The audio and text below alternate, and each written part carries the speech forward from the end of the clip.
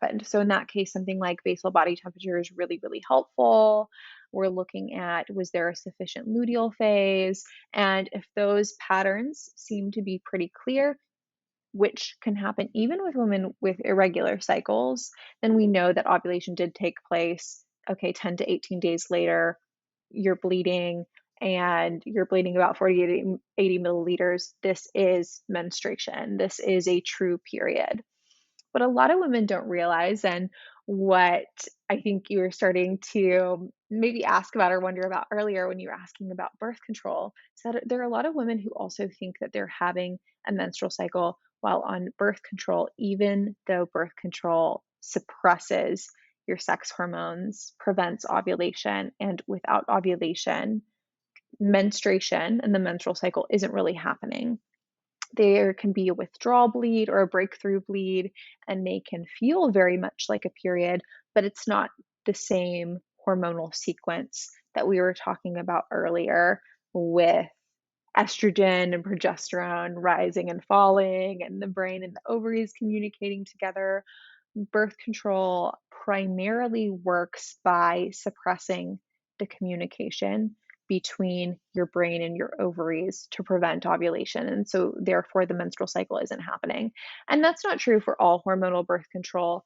That is mostly going to be for combination hormonal birth controls. So, think oral contraceptives, the pill, think NuvaRing, think the patch, think the arm implant. So, those are kind of the majority. And then we have what are known as progestin only hormonal birth controls, which would be like the Mirena IUD or the Kyleena, and would also be the progestin only mini pill. Those can prevent ovulation. And in that case, you also won't be having a menstrual cycle, but that's not the primary way that they work. They primarily work to disrupt your biomarkers and make your reproductive system a hostile environment to sperm. Okay. So with the birth control, do you find that when people come off of it, they have to like go through a lot of like issues first? Or because what I've seen and heard is when you come off of it, it's not like, oh, I feel so much better. It's like kind of a roller coaster after. So what's your experience with that? Or what would you recommend, I guess, if somebody was thinking about doing that? It's so individual. I meet some people who are like, "Oh my goodness, I was so scared. I thought I was gonna have all these symptoms. I have never felt better." And then I do meet some people who have rebound symptoms. When clients come to me and they've been on hormonal birth control for a while and they want to transition off, there are a few things that we do. One is I really recommend, especially if you are coming off for health reasons, or if you are certain that you still want to naturally prevent pregnancy, work with a fertility awareness educator. Do not wait. Do not leave it up to chance. It is so worth it. And ultimately, you are probably going to save more time, more stress, and more money and resources from just going ahead and getting the support than kind of trying to DIY it and hack it yourself and having to go through all of these extra hoops that may or may not work out for you. Another thing that I do is, especially for women that have been on oral contraceptives, combination hormonal birth control, yes, IUDs and things like that too, but oral contraceptives are known to disrupt certain vitamins and nutrients in the body as well as gut microbiome. So, B vitamins, vitamin C, magnesium, zinc, selenium, several different vitamins like that can be lower for women, especially on oral contraceptives, so on the pill. And so getting them on something like a really good women's multivitamin, going ahead and looking at their current lifestyle too. Are are we already seeing any existing symptoms that have come up since getting on hormonal birth control? Are we looking at someone who has a lot of stress in their life? Are we looking at somebody who might not always be able to get enough sleep? What are some things that we can go ahead and start taking care of before you come off hormonal birth control to set you up for the best success? And for the most part, my clients who do that have a very smooth transition off.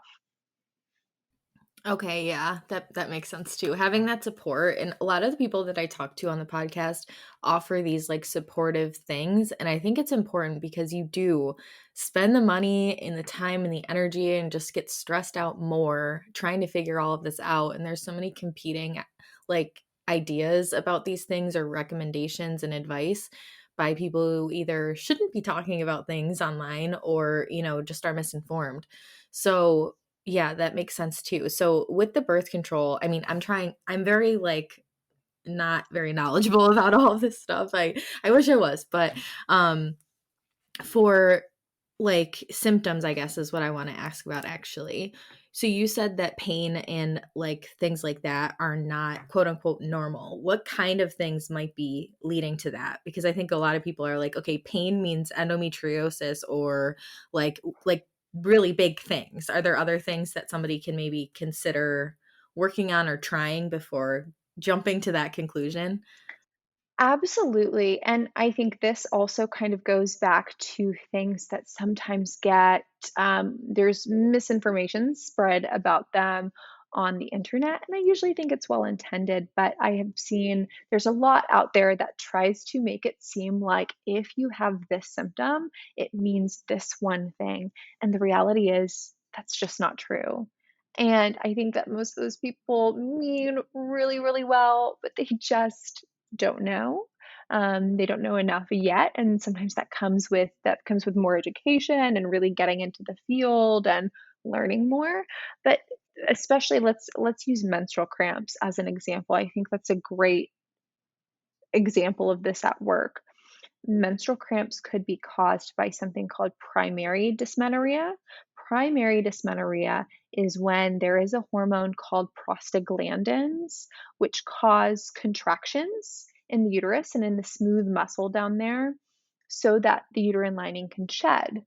If prostaglandins are too high, which can be caused by inflammation, then that could lead to painful cramps. And there are great ways to manage this, like increasing your omega 3s, working on your digestive health so that you're able to get excess hormones out of the body. Zinc can really help with that. There are great natural ways of dealing with primary dysmenorrhea. However, a lot of women have menstrual cramps who don't have primary dysmenorrhea, and they may have endometriosis. They might have fibroids. They might have cysts. They might have pelvic floor dysfunction. There are a lot of women and men and children also have pelvic floors. I feel like pelvic floor physical therapy has become we're becoming more aware of this field, and it's one that I have so much respect for that has personally improved my life that I often send clients to. Um, we talk about it mostly in the context of either expecting or new moms, and I think that's incredible. I think they've really helped normalize this topic.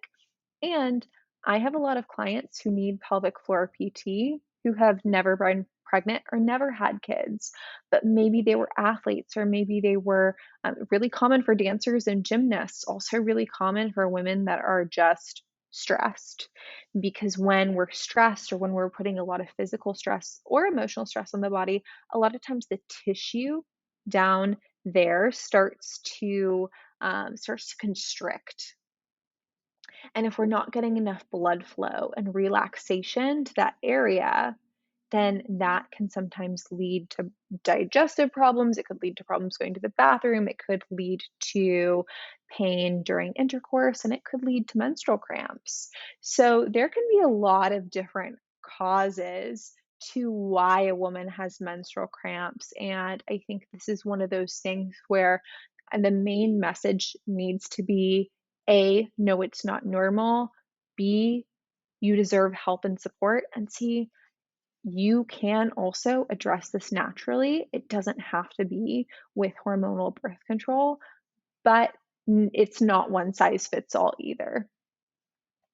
Right, right. Yeah, and that's important to say. I mean, there's so much information out there, but it's so individualized.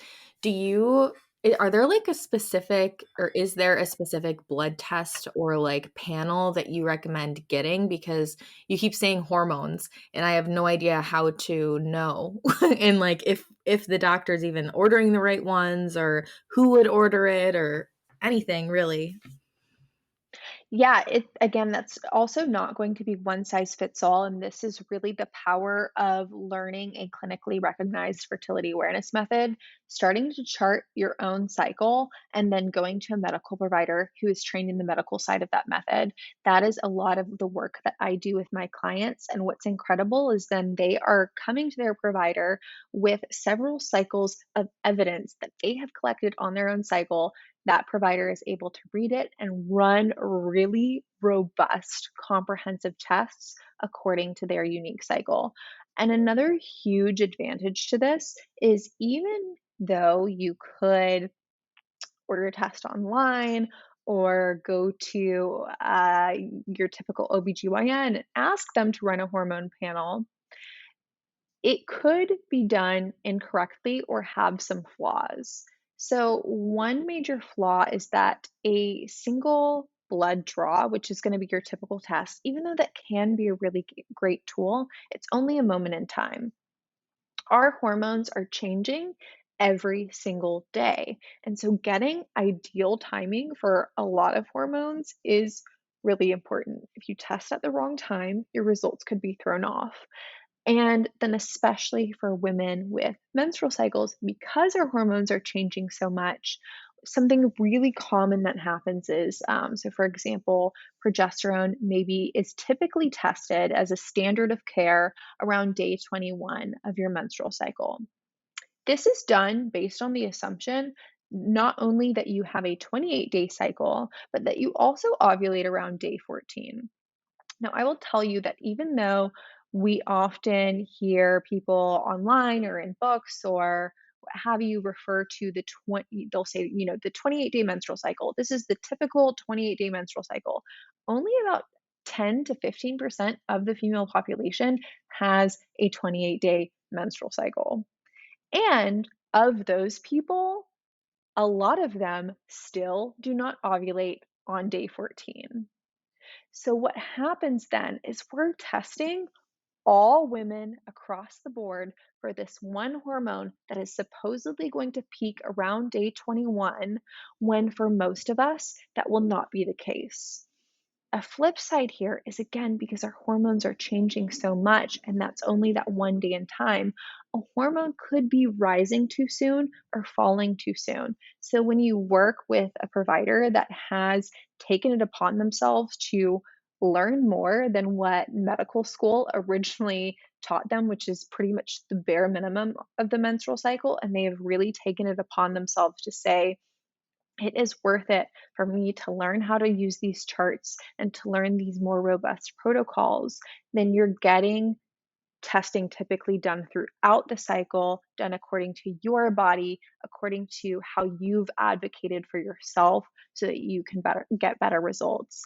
And yes, I realize that takes a little extra work on the part of the client, on the part of the patient, but what you get in return for that oftentimes will save you a lot more than continuing to ask for these lab results or these labs to be drawn or to try to get them online but not really understand what they mean, or quite frankly to possibly have a company that's kind of taking advantage of you or giving you some misleading information for, I see that happen to women for years and years and years and years, when they could have, you know, just kind of done the full thing earlier, and it ultimately would have saved them a lot of stress. Yeah. Um, I have several questions. I'm like thinking. Yes, yeah, hit me. Okay. Um, and I hope I'm answering like asking questions that people have. I'm trying to think of the most broad questions as people are listening. So, if somebody is like doing their tracking by themselves. So this is something that you do. You support women in all of this. So if somebody needs your Mhm. help, they absolutely can do that. And then you'll have the resources. Obviously, you are very knowledgeable. You can help connect all the important doctors. But if somebody isn't ready to do that or just don't do it, are they supposed like what would you recommend that they look at first? Like how long their menstrual cycle is, how long